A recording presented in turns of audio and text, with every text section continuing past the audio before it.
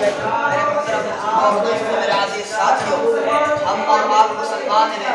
اس پر ہمیں فخر ہے، اس کا ہمیں شدت سے احساس رہتا ہے کہ ہمیں لوگ مسلمان سمجھیں۔ یہی وجہ ہے کہ ہم میں سے جب کسی کو کوئی کافر کہتا ہے اسے گالی تصور کرتے ہیں، اس پر چڑھ جاتے ہیں۔ ہمارے لیے ضروری ہے کہ سچے اور پکے مسلمان بنیں۔ انسان اس لقب سے پکارا جاتا ہے، اگر وہ اس میں ماہر نہیں ہوتا تو اسے لوگ اچھی نظر سے نہیں دیکھتے اور نہ ہی اسے اچھی نظر سے دیکھا جانا چاہیے۔ تو اس لیے سچا اور پکا مسلمان بننے کے لیے سب سے پہلے ضروری ہے کہ ہم جانیں اسلام کیا ہے، کہ جب تک ہم یہ نہیں جانیں گے تب تک اس کو عمل کیسے کریں۔ ایک موٹی سی بات ہے، اس کی دلیل سے سمجھانے کی بہت زیادہ ضرورت ہے، پھر بھی اس کی وضاحت نہیں سمجھے پھر بھی اس کی وضاحت کے لیے سمجھے کہ ایک آدمی درس و تدریس کا کام کرنا چاہتا ہے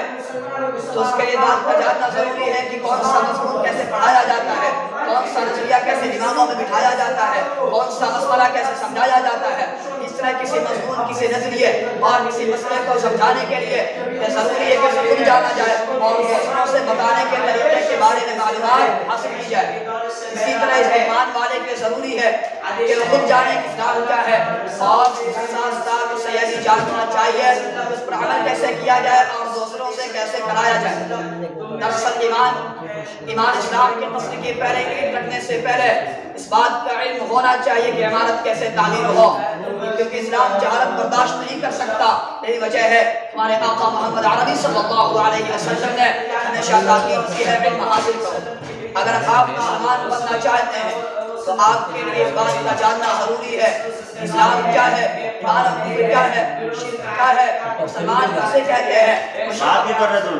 کافر کسے کہتے ہیں، مومن کون ہے، امام مشرک اور فاسق کون ہے۔ اگر آپ نے ان باتوں کا علم حاصل نہیں کیا تو ظاہر ہے کہ آپ مسلمان کیسے رہ سکتے ہیں۔ ہم اور آپ مسلمان ہیں،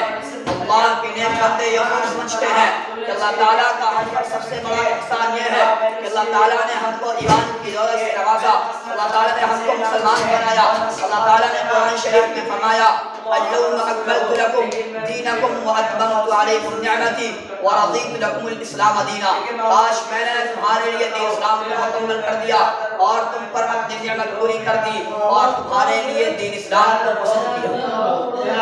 اللہ تعالیٰ کا لاکھ لاکھ شکر ہے کہ اللہ تعالیٰ نے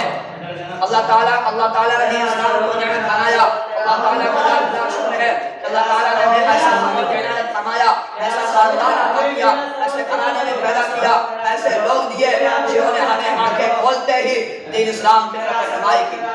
آپ ذرا اپنے دل پر ہاتھ رکھ کر سوچے کہ آپ کسی یہودی، کسی عیسائی یا کسی اور غیر مسلم کے خاندان میں پیدا ہوتے تو ہو سکتا ہے ماحول کے اثرات آپ کو تاریکیوں سے باہر نہ نکلنے دیتے، آپ کچھ اور ہوتے، ہو سکتا ہے یہودی ہوتے، عیسائی ہوتے، یا یہ بھی ہو سکتا ہے کہ آپ کا کسی بھی مذہب سے کوئی سروکار نہیں ہوتا۔ عام طور پر ہوتا یہی ہے کہ مسلم گھر کے بچے عرف عام میں مسلمان کہلاتے ہیں اور کافر گھرانے کے بچے اپنے والدین کے ہم مذہب سمجھے جاتے ہیں۔ بلا شبہ بچہ جب تک بچہ رہتا ہے اسے یہی سمجھا جانا چاہیے، جب سن بلوغ تک پہنچتا ہے، جب بھلے اور برے کی تمیز کرنے کا وقت آتا ہے، جو ہر چیز کو اس لیے اپناتا ہے کہ اس کے لیے پسندیدہ ہے، اس وقت مسلم اور کافر کا فرق بالکل نمایاں ہوتا ہے۔ جاننے کا اصل وقت وہی ہے کہ مسلم بن کے رہنے میں کیا فوائد ہیں، کافر بن کے رہنے میں کیا نقصانات ہیں، مسلم بن کے رہنے میں، مسلم بن کے زندگی گزارنے میں کون کون سی ذمہ داریاں عائد ہوتی ہیں اور کافر بن کے رہنے میں کیا ہوتا ہے۔ یہ تو دیکھنے میں دونوں آتے کماتے ہیں، دونوں شادی بیاہ کرتے ہیں، دونوں بولتے چالتے ہیں، پھرتے چلتے ہنستے روتے ہیں۔ آخر وہ کیا بات ہے جس کی وجہ سے مسلمان سے خدا راضی ہوتا ہے، کافر سے ناخوش ہوتا ہے، مسلمان جنت کا مستحق ہوتا ہے، کافر جہنم کا۔ حالانکہ دونوں کا خالق و مالک اللہ ہی ہے، دونوں کی شکل و صورت اللہ تعالیٰ نے ایک جیسی بنائی۔